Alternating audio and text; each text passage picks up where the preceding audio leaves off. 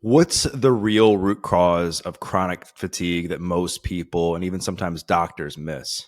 When it comes to chronic fatigue, man, fatigue can be rooted in so many different areas. You can have a micronutrient issue, you can have a hormonal issue. If we had to say what most doctors miss, I would probably say the emotional stem of things, because they're not looking at that at all. And that's where, like, an actual person, that's where a coach comes into play. I believe that thoughts are proteins, emotions are enzymes, perspectives are hormones. The same way in which you can impact your mind state with the health of your body, you can use your mind to impact the health of your body as well. Like that's a bi-directional relationship that is huge, that I think a lot of people miss. You can just, like, think about how, like, kind of crazy that is. You can think your way into destroying body composition. You can think your way into destroying health. A lot of people kind of forget the importance of that. And I think a lot of that is governed by the gut brain axis. You've got this very important and one of the biggest nerves in the body called the vagus nerve. Vagus nerve runs from the brainstem all the way down into the abdomen. And the stimulation of that is through certain down regulation techniques like deep breathing, like meditation, like these types of things. And you can use that to impact health and performance in a huge way. That vagus nerve running from the brainstem to the abdomen, it touches many organ systems along the way. So when you calm down and you switch from sympathetic, which is fight or flight, and you activate parasympathetic, which is rest and digest, through down regulation techniques, you can improve performance, because that parasympathetic state will accelerate the rate at which you repair skeletal muscle tissue so you can recover faster between sessions. But it also improves blood sugar control. So, like, this vagus nerve touching the pancreas, for example, improves the health of that. It helps improve brain health. There's actually longitudinal data on one of our clients, because we collect so much data on so many people, that for every beat of heart rate he was able to get his resting heart rate down prior to the onset of sleep, equated to 6 minutes more of extra sleep of running that model each and every single time. So it's pretty cool what you can do with connecting the brain and the gut. But as far as fatigue goes, nothing fatigues you more than living in misalignment. Nothing fatigues you more than when you have emotions that you haven't expressed yet. And when those are off of your plate, when those are off of your mind, when those are either expressed to the person that you need to express them to, or expressed in a journal just to get it out of your head and into something else, the weight that's lifted off your shoulder that you didn't know created so much fatigue and created so much fog in your life is enormous. So you and I can talk about the mechanisms of fatigue all day long, but if your mind isn't right, those mechanisms will never fully heal themselves. I love how you said you can like talk your way into a worse body composition. You can talk your way into being fatigued. You can talk your way into not achieving certain things. Like if you have a client who's coming to you and you feel like they're going down this path, like what are some of the tools you help them quickly like regulate their nervous system so that they can get their mindset back on track towards that upward trajectory? Yeah, so I think that you can do it biochemically with lab work, but then you can also do it with daily life practices. One thing I really like to do with clients that I work with is give them actually a recovery menu. Because most people that I work with, whether it's athletes or CEOs or actors, I've been working with, like, the tip of the spear high performers for over a decade. A lot of these people never want to stop, ever. They don't believe in fatigue. There's just, I'm going to keep going. I'm going to keep taking more stimulants. But all of their lab work suggests that they're destroying themselves with this. So the biggest difference between, giving somebody the opportunity to improve themselves and their current practices is, what can you do right now to enhance their adherence? So I'll give them a recovery menu. So this menu will be like a deep breathing practice, meditation, journaling, just doing some stretching before bed, manual therapy, all types of parasympathetic activators. And then I'll say, choose one of these 3 times a week. So then they're actually able to choose the one that they want, which is, I'm just after parasympathetic outcomes. That's all that I'm after. So when they're able to choose the one they want, they're more likely to do it. Because when you just mandate meditation, and you're putting it on someone who doesn't want to meditate, you're not going to get a parasympathetic response. You're going to be like, I don't want to do this right now. Meditating when you don't want to meditate is very frustrating.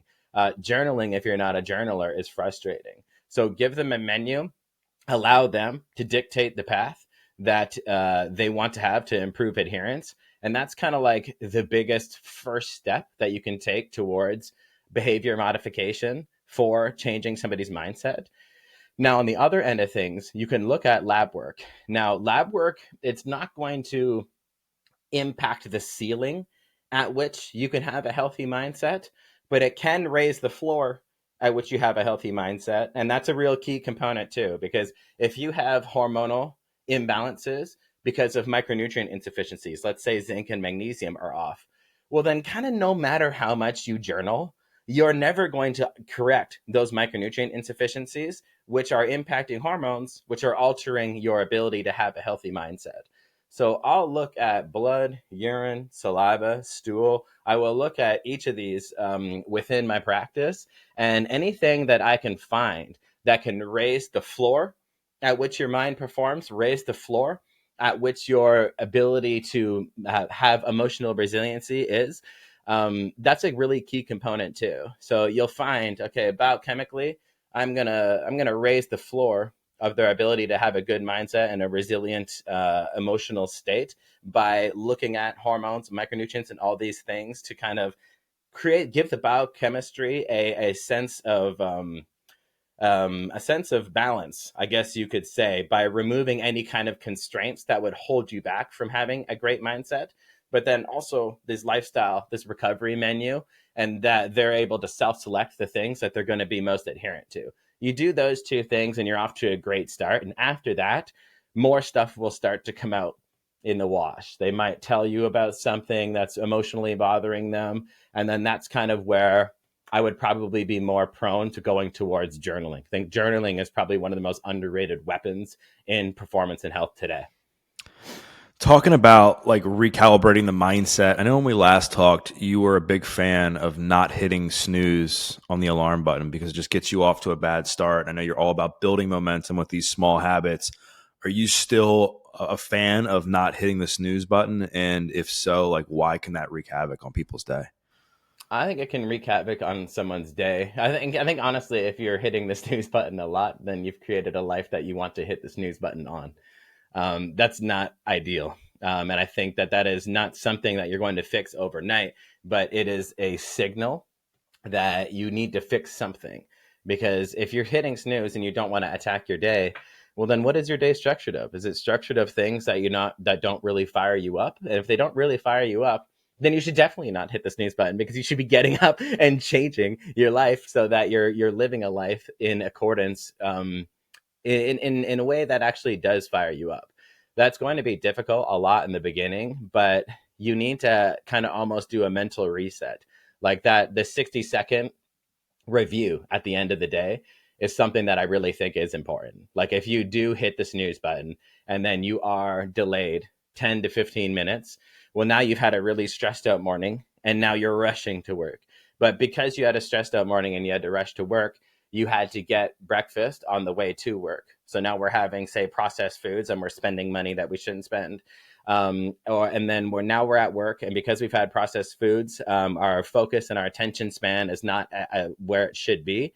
And I had a rushed and stressed start to my day, so my mindset isn't actually rooted in a healthy, balanced way either. And then come time for lunch, maybe because I was stressed, I didn't pack a lunch, or maybe in the morning because I was stressed and rushed, I skipped breakfast. So now I'm going to go out for lunch and eat extra amount to overcome it because my cravings are huge by the time lunch rolls around. And then it's easy for me to have an afternoon crash if I actually didn't eat the lunch that I was prepared for, or if my lunch was based on cravings, or if now I've got to rush in and out of work because I've got to make time to go get it and then come back and eat really quickly. And it's almost certainly not going to be according to plan. And then you get back and you're back for dinner. You might be able to recollect, but at that point, you've probably had two meals that you don't want. You started the day stressed. Your attention span isn't the way that it was. And it's probably a day that you look back on and thought, I could have done better. That like 60-second reflection of the day it ends up clearing up a lot of things that you think it ends up making life a lot simpler. Because this person might think, man, I need a stress reduction protocol. Man, I need an attention span protocol. Man, I need to really start dialing in my diet, and I need to do all of these things. When really, like, the one domino that kicked everything off was just getting up too late. If you didn't get up too late, that's actually the one domino that kicked everything off. If you got up when you're supposed to get up, then nothing else kicked off, and you actually don't need 100 protocols. You just need to do one thing. And I collect a ton of data on all my people, and it actually comes out to be true a lot of the time. It's usually like 1 to 3 things they need to do that they kind of already know about, and they just need me to tell them to do it. What are those things typically? What are the things, 1 to 3 things that people need to do?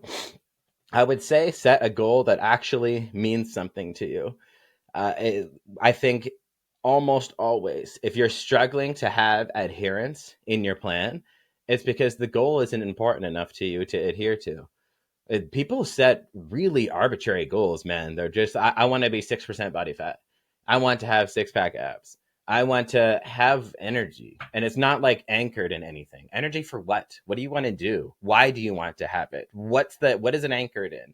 I want to have less brain fog. For what? Why? What's it anchored in? Do you want to be better at math? Do you want to be more fluent with your speech? Do you want to be better on podcasts? What is it? Like, you have to anchor your goal in something. If your goal isn't anchored, and then it's kind of directionless. And if you're picking a goal that someone's picking for you, it's going to be difficult to adhere to. So I think the very first thing to do would be to really sit down and pick a goal that means something to you. When you pick a goal that means something to you, the adherence to it's going to be obvious, which goes back to the snooze button thing as well. Your life has a way of structuring itself when you actually care about it. Right. And I think that stress can play a massive role, as you've said, on our overall health and well being. A lot of times in my career as a trainer, I've had clients say, my digestion's off. I'm not able to lose body fat. My sleep is just crushed. And they'll take all kinds of supplements. They'll get the labs done. But at the end of the day, I've always said, well, if you're not fixing like your home life and if you're not managing your stress, like you're just essentially like canceling out everything that you're doing because the stress is the thing that you need to fix most. Would you say that that's like the boogeyman, if you will, when it comes to a lot of these health issues? For sure, because it does kind of go back to vagus nerve a little bit too. Like, if you're highly stressed out, you can give yourself gastrointestinal symptoms.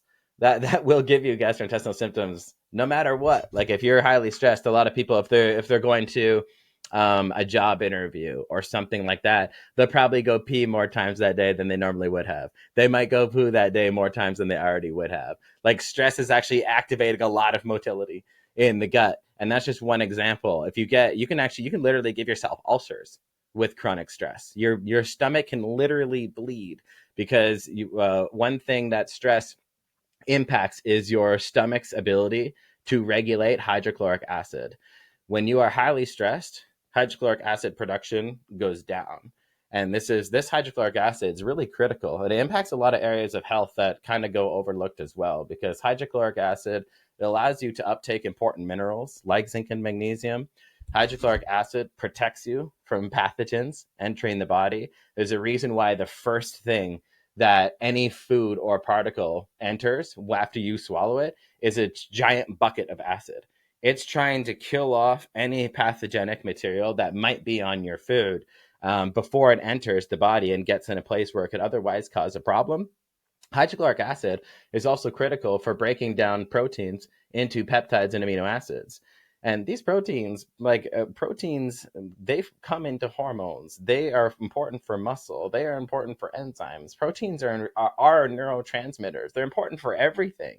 So when you have a reduction in hydrochloric acid, and that's impacting mineral intake, it's impacting protein uptake, it's impacting your ability to fight off pathogens from entering your body. And it can be exclusively caused by stress. I mean, stress reduces this hydrochloric acid production. And then you can physically damage yourself. Like, there's a mucus layer in your stomach that is very thick, and it's thick to protect you from hydrochloric acid. But when your body consistently lowers hydrochloric acid secretion because of how stressed you are, as an adaptive response, your body's the ultimate adaptation machine. As an adaptive response, it will reduce how thick the mucus layer is. Because if you're not secreting a lot of hydrochloric acid, then you don't need as thick of a layer of mucus to actually protect yourself from. So this means if we reduce stress and we increase hydrochloric acid production, well, now we've got a lot of acid entering the being secreted in the stomach, but not a lot of mucus layer because the protective adaptation has not taken place yet. This acid actually can consistently burn through how thin that mucus layer is and cause a bleeding ulcer. So this is all this stuff that I'm talking about here. And these mechanisms, this is just the top of the chain. This was only the stomach. It had nothing to do with what's south of the stomach. If you've got bad digestion north, you're going to have bad digestion south. And that impacts the body in so many different ways. And it started from stress. Your stress, if that you're right, that is the boogeyman. You can have an example like I just laid out there. Somebody is having trouble building muscle tissue due to poor protein uptake. Somebody has gastrointestinal symptoms because of the reduced hydrochloric acid. Somebody can have hormonal imbalance because of reduced mineral uptake. This is actually all due to the same thing. This is all due to stress impacting hydrochloric acid and therefore creating a huge ripple effect on the body, but that had nothing to do with what supplements you're currently on and everything to do with the current state of your emotions in life. This may be slightly controversial. However, I don't think it is. Like, I think most people will understand the premise of it. I've heard you say on our last conversation that just by changing your health alone, like you don't really need to adjust, other things in your life. But if you can just get healthy, you will lose weight. You will become more efficient. Talk about why you have that belief, so that people can just give some. Because I think sometimes in this space, people are always like, "I need to like lose this or do this," but like this, you're looking at it from something you can actually gain. Yeah, for sure. The one thing that I've been really big on in my career is saying, "Don't lose weight, get healthy." That's something I think a lot of people could grab onto because when you're trying to lose weight, and this is like our arbitrary goals again, if you're just trying to lose weight without focusing on health first, then the weight loss is going to be very difficult to maintain. When you focus on getting healthy, when you focus on improving sleep quality, reducing inflammation, getting in a diverse intake of fruits and vegetables, getting in a healthy protein amount, having lifestyle and behaviors rooted in adherence, things that you can actually grab onto and stick with for a long period of time, that is what's going to allow weight loss to happen a lot more naturally. And that's what's going to allow weight loss to be a lot more permanent. When you focus on just a caloric deficit, almost certainly that weight's going to come back because you're going to get some health benefits from being in a deficit without a doubt.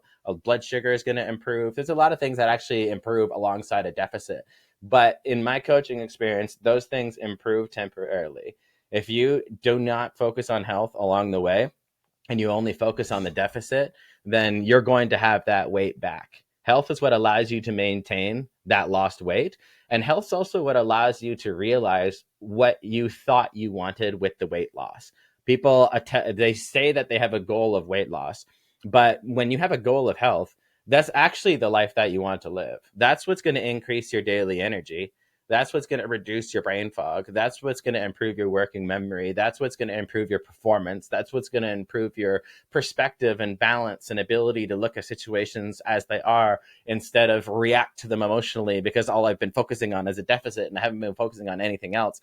When you actually focus on being healthy, being lean happens more naturally, but the feelings that you actually were after, feelings of vitality, feelings of living an excellent life, those come along with it. And those are the things that not just allow you to realize that body composition, but they're now in your mind to where you never want to let them go.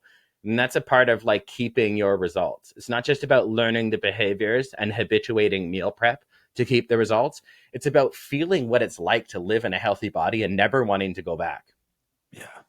And you brought up like, such an amazing point in that you're focusing on this like feeling of health and what it does for your mental clarity, your overall well-being, and just like your state of mind and how you view things instead of just focusing on like the weight loss or getting stronger or whatever the case may be.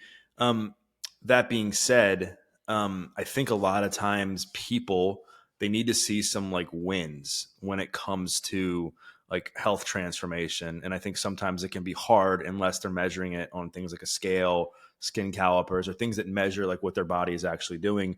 Like, what do you think are some like easy wins for people to focus on so they can start to build some momentum on this journey without necessarily having to weigh themselves on a daily basis? Yeah, that's a phenomenal question, man. And it's one of the reasons why I like to measure as many things as possible. Because the more things I measure, the more wins I can give someone. That's really what it's about. If I've got all of their wearable data and all of their body comp data and all of their blood, urine, saliva data, if I've got everything possible, then I have a greater opportunity to find a win. If I am only measuring my body weight and it's not moving, I could be missing the fact that I'm actually building muscle at the same time. I'm actually increasing my strength. I'm actually increasing the density of my training. I'm increasing the recovery capacity. I've reduced my resting heart rate. I've improved my sleep quality. If I'm not measuring those things, then I'm not going to be able to detect the win. I'm not going to be able to go, yeah, that was a great week. I'm not going to be able to say that because all I've done is tracked one single metric, and I've not given myself the opportunity to have a win.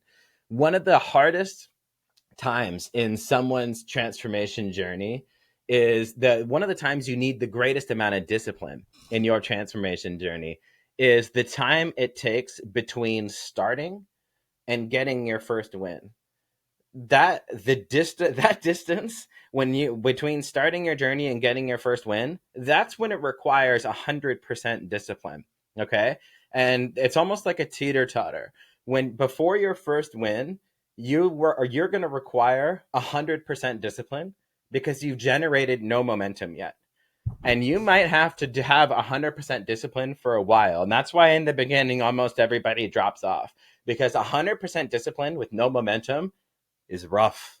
You're there and you're like, oof, man, I'm doing a lot of changes. I am living the life, and I am not seeing the things that I'm supposed to be seeing yet. So I've got 100% discipline and zero momentum. But then when I get my first win, that's when you switch to 90% discipline and 10% momentum. And then you stay on that, and then you get a second win and you switch from 80% discipline, 20% momentum. You keep going and it ends up being a teeter totter. Now I'm 70% discipline, 30% momentum. That keeps going until eventually you are at 0% discipline and 100% momentum. And that's the point where you can be so far gone that you're almost rude to the people that are behind you, because you're like, I don't understand how you don't meal prep. I don't understand how you don't train. I don't understand how you don't do these things because it doesn't require me any discipline at all. Sure, man, because you've already moved from 100% discipline to 100% momentum. That is a multi-month, if not multi-year journey. It takes a lifetime of work to be able to habituate 100% momentum and 0% discipline to live the life that you're currently living. But that that process, why it's so important to collect as many metrics as possible, is because you can accelerate that process. That's the real point I'm making here. You want to collect not just body weight, collect 10 things, 15 things, 20 things. Give yourself the opportunity to convert discipline into momentum. The more opportunities you do that, the faster you're going to accelerate this entire process where your life becomes habituated. Right. And we've mentioned and covered that like stress and a poor mindset is like the thing that's silently sabotaging people from living the life they want, from burning body fat, from sleeping better, all these things. I think sometimes people feel overwhelmed and stuck and they don't know where to start. They're listening to podcasts like this. Maybe they're following you on social media and they're like, all right, do I fix my lifestyle first? Do I fix my labs? I fix my mindset. Like for the person who is not like that type A that you typically work with that can just go and then you give them a list of things they do, they just do it no matter what. Like where do you think people should focus on first that will create like some level of freedom within themselves so they don't feel stuck? In what way? How are they stuck? Can we have a bit of a case study context here? Yeah, I mean, I just think it's the person that is either in their 30s, 40s, or 50s, and they've been trying to lose some weight for a few years. They can't. They're stressed. They're not sleeping well. They're like questioning whether or not their hormones are off. They're like, do I go take some supplements? They're just like lost. And yet, in social media, there's so much information. You have people telling you to eat vegan. You have people telling you to eat the carnivore. You have people telling you to take creatine. You have people to tell you to not eat protein. Like there's just so much confusion. So I just feel like sometimes people get like stuck and they don't know what to do. Yeah. So in this case, people might predict me saying this, but in this case, I would say get blood work. Blood work is a beautiful way of taking guesswork out of the process. So if you have been stuck for a few years, there's probably something in your biochemistry that you don't know about. And if there's something in your biochemistry you don't know about, then you should probably look at biochemistry because you're in the dubs right now, you're stressed, you're not sleeping well, and you've already been trying things, then get blood work done and get it analyzed properly by somebody because the solution's probably a lot easier than you think. People like, and that's a hard spot too when you're trying to convert from discipline into momentum, but you have no magnesium. If you're trying to convert from discipline into momentum and you have low testosterone, or if the testosterone to estrogen ratio is off, or your DHEA is low, cortisol is too high, blood sugar is dysregulated, inflammation's high, good luck, man. You're going to be able to eventually convert discipline into momentum eventually, but the process at which you're going to do it is going to take a long time because your biochemistry, it doesn't have the foundation to actually make that change. So for that person who is stuck, I would highly recommend getting blood work done and doing so, not just to take the guesswork out of the process, but because it's actually going to save you money in the long run. People, lots of times I get that. It's like, yeah, okay, but blood work costs some money though. Like, cool. So does doing the wrong thing 10 times. That also costs a lot of money. And then eventually you're going to have to get blood work done anyways after you've done the wrong thing 10 times and you're so frustrated that now you finally want to do the right thing. That is highly recommended to get results now and save your money in the long run. And how can people like look at the labs and tell if there's too much stress in their life? So I would highly recommend hiring an expert. Of course, this is what I do. I analyze lab work for a living. I also have a company and have formed an algorithm that does it for you.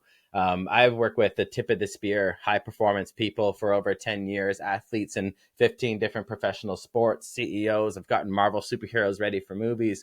I've done all of this stuff.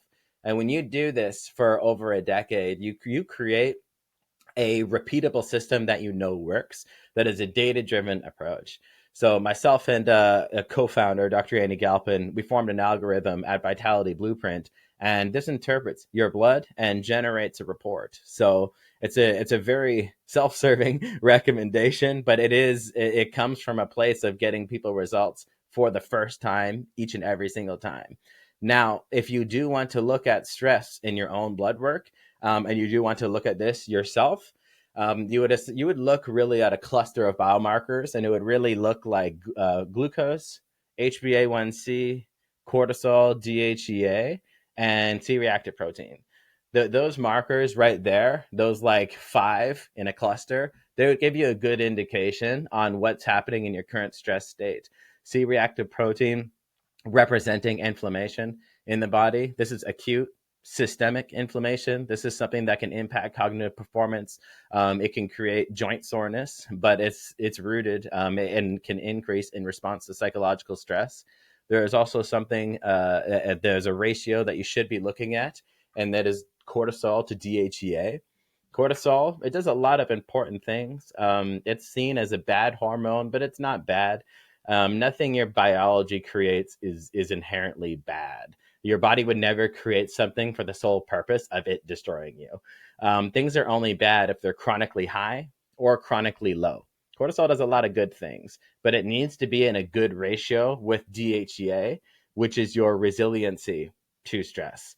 So, in a very simplistic way, you could think about cortisol like stress and DHEA like your resiliency towards stress. If your DHEA is coming back low and your cortisol is trending high or high, then this is a state of physiology that represents being more stressed out than you're biologically capable of being resilient to. So that's very important to look at. That ratio will tell you a lot right there. And then last but not least, your glucose and your hemoglobin A1C or HbA1c. Glucose is your acute blood sugar, and this is increased in response to stress. But hemoglobin A1C is a marker of chronic blood sugar, and this is also increased in response to stress. And these things, they are connected to stress, but they're also connected to cardiovascular health. And correcting them is like a real unlock. If somebody has blood sugar that is off in their labs, their daily energy levels are going to be suboptimal. Period. A lot of people on a lot of podcasts talk about fancy ways to increase energy with micronutrients and neurotransmitters and a lot of other strategies. But if your blood sugar is not stable, your energy is not stable. Period. And in a stress state, this will be off and creates a lot of problems for people. So those are kind of the big clusters, the main things that'll be off in someone who is in a stressed out state. You're bringing up so many good points, man, and I think it really challenges people to take a deeper look at their health rather than just like looking at their weight or even like what they're eating. And I think that the reason I'm so passionate about talking about stuff like this is because so many people, they try these fat loss plans, they try these workout plans, and they just fail long term. And then it just reinforces this I'm a failure mindset, or I'm going to be like this forever, and then that like makes it harder for some of these things to change because you've now like really like rooted like these beliefs about yourself in you because of these failures. Like, what do you think is the reason that most like fat loss plans, weight loss plans, like why do they fail long term? I think most weight loss plans and fat loss plans fail long term. Um, Probably because they don't look at biochemistry. Again, I feel like that I am probably biased in that world, but I love that world because looking at that data actually is unbiased in many ways. You're looking at objective markers. An objective marker, like if you have low testosterone, it doesn't matter how much you wish it wasn't low. Is low. If you have blood sugar that's high, it doesn't matter how much you wish it wasn't. It is. So these are constraints that I have utilized in my career with a very high percentage of success rate and accuracy.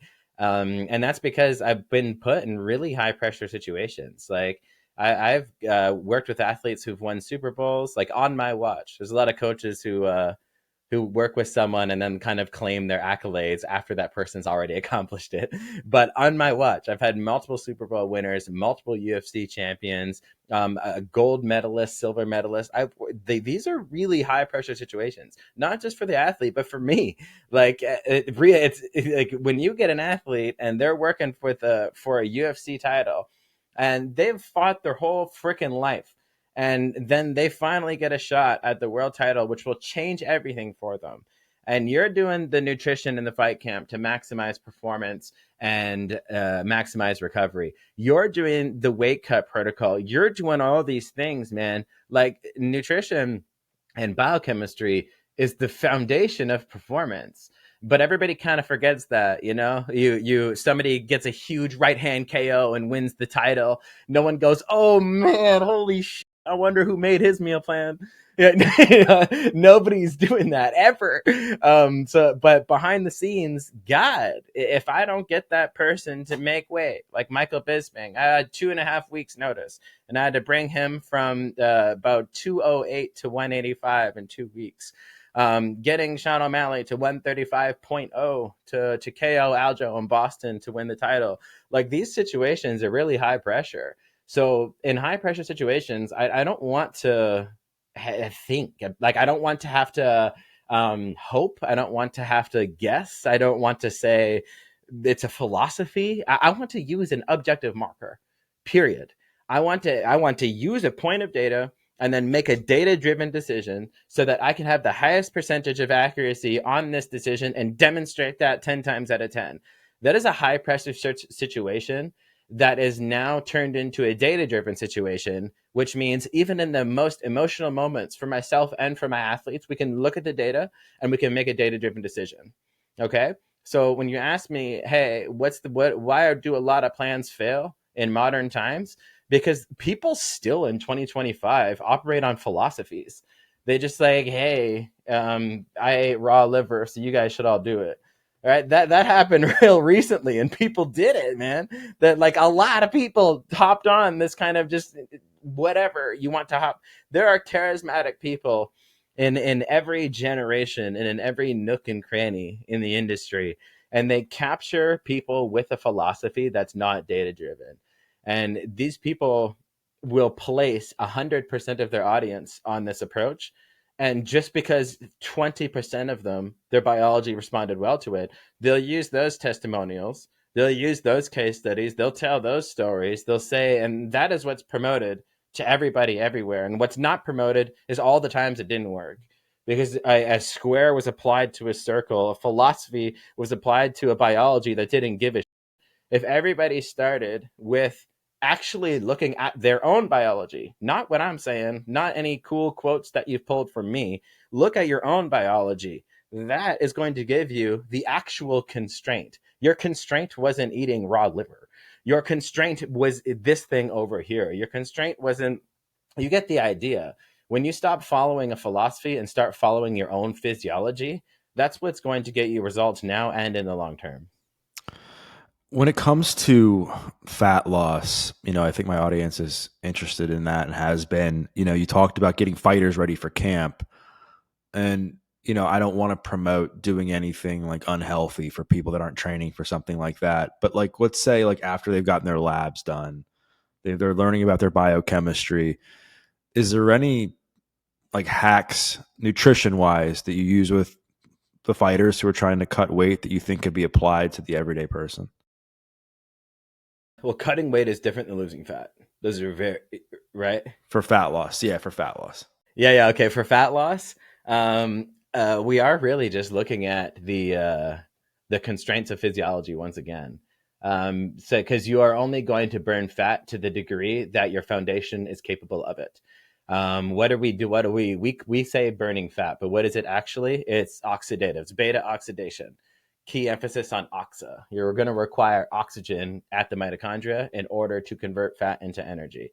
So a lot of this O2 delivery, things like ferritin, things like iron, things like homocysteine, which represent B vitamin status in the body. These things like zinc and magnesium, which are important for thyroid health, same as selenium and iodine. I mean, we're looking at thyroid health, which is which is going to represent metabolism and metabolic rate. And then we're also looking at oxygen delivery, which is going to determine the efficiency at which you utilize that metabolic rate for the purpose of generating ATP and therefore converting fatty acids into energy. That's again limited by biochemistry. So, an excellent study was actually done in zinc deficient females, and they were volleyball players. And the zinc had such an impact on metabolic rate that repleting one of these athletes' zinc status from deficient to sufficient increased her resting metabolic rate, so her daily metabolism, by 900 calories per day. 900 calories per day, just with a zinc repletion. That is an enormous amount of daily caloric burn. An enormous amount. That's like 2 big meals. Now imagine this girl following a philosophy and had never uncovered that she had a zinc insufficiency. Her thyroid is actually healthy. Everything was fine. She just didn't have zinc in her body. So when the zinc was replenished, it was so important for thyroid health that her metabolism went way up. Yet, what would her coach say? She's just not following the plan. She's just not disciplined. She doesn't have what it takes. You're not meal prepping. There's something you're not telling me. No, coach, I am following the plan. You just don't know what the hell you're doing.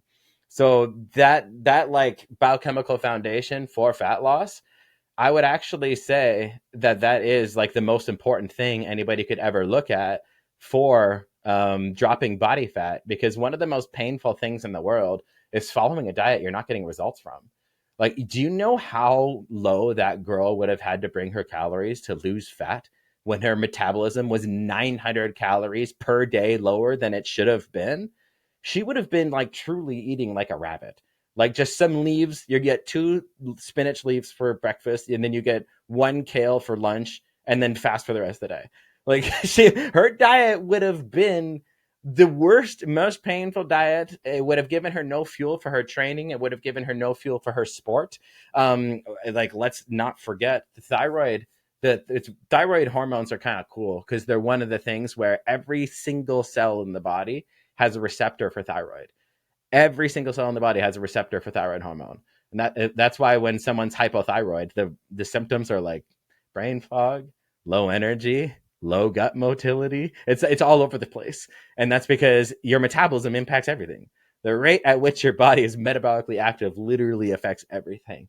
So when we don't have what it takes from an oxygen delivery perspective at the mitochondria to burn body fat, we don't have what it takes at the thyroid to have an excellent resting metabolic rate.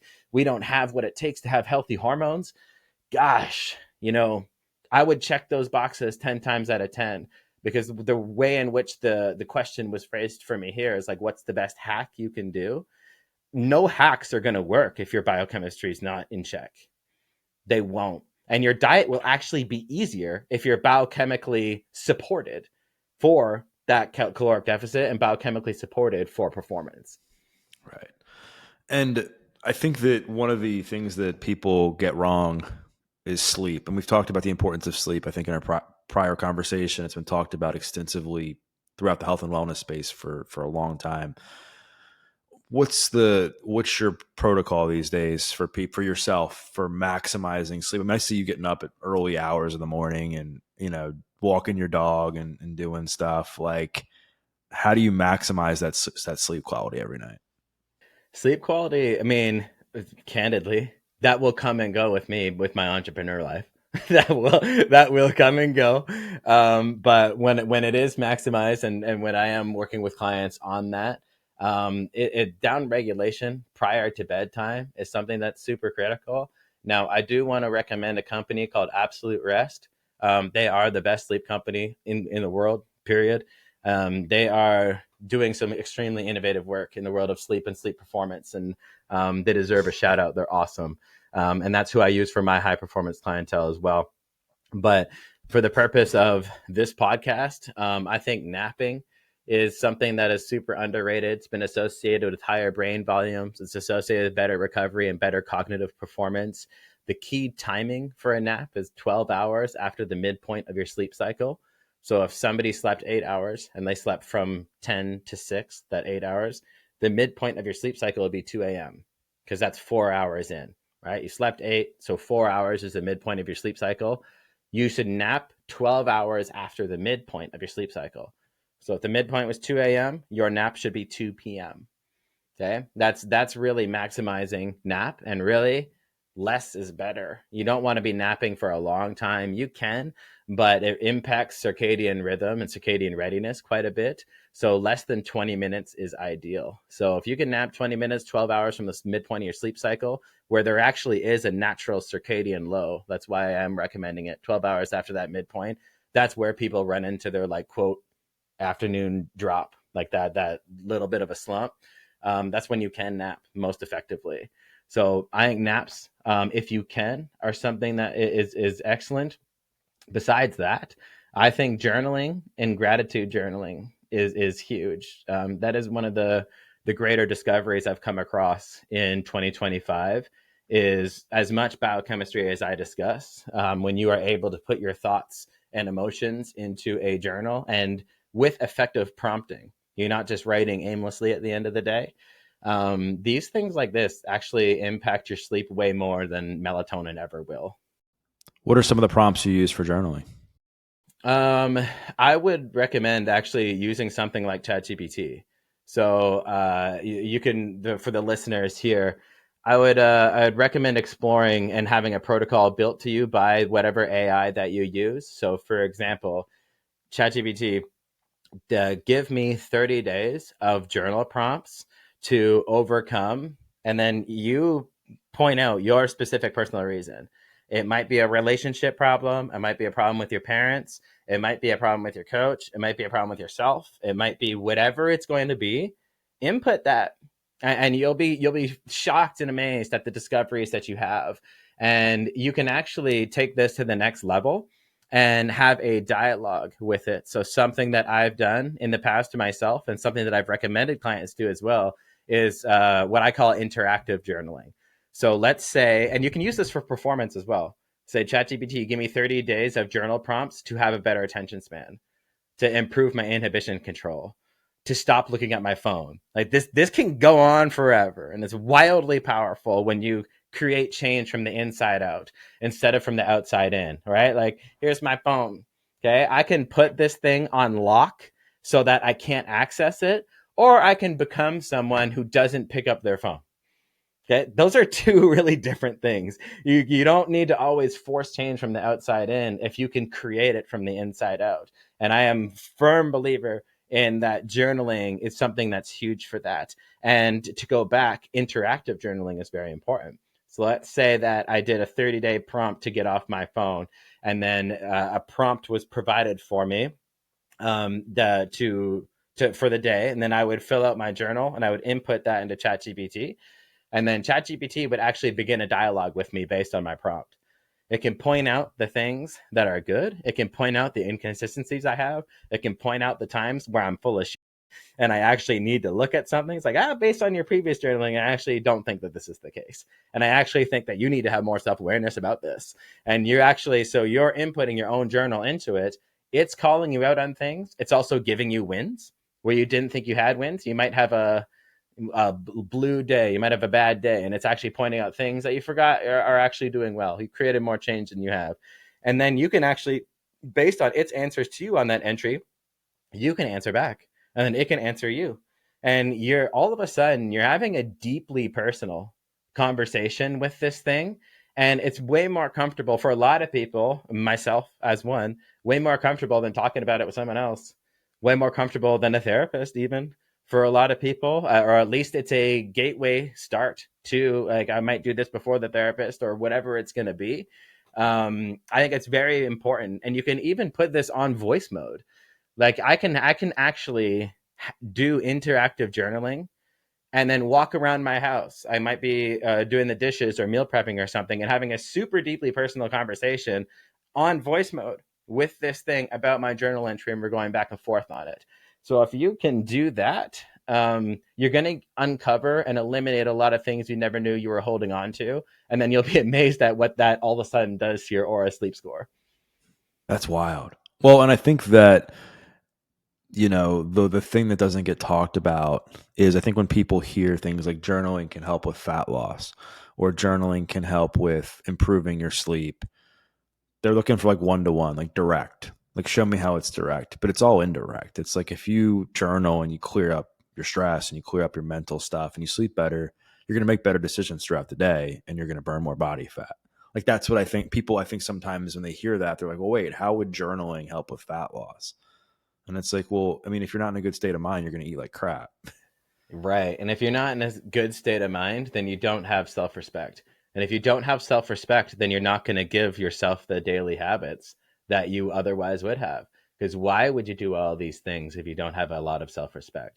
Once you once you uncover these things and get over them, a one to one is self respect. I respect myself too much to keep eating like this.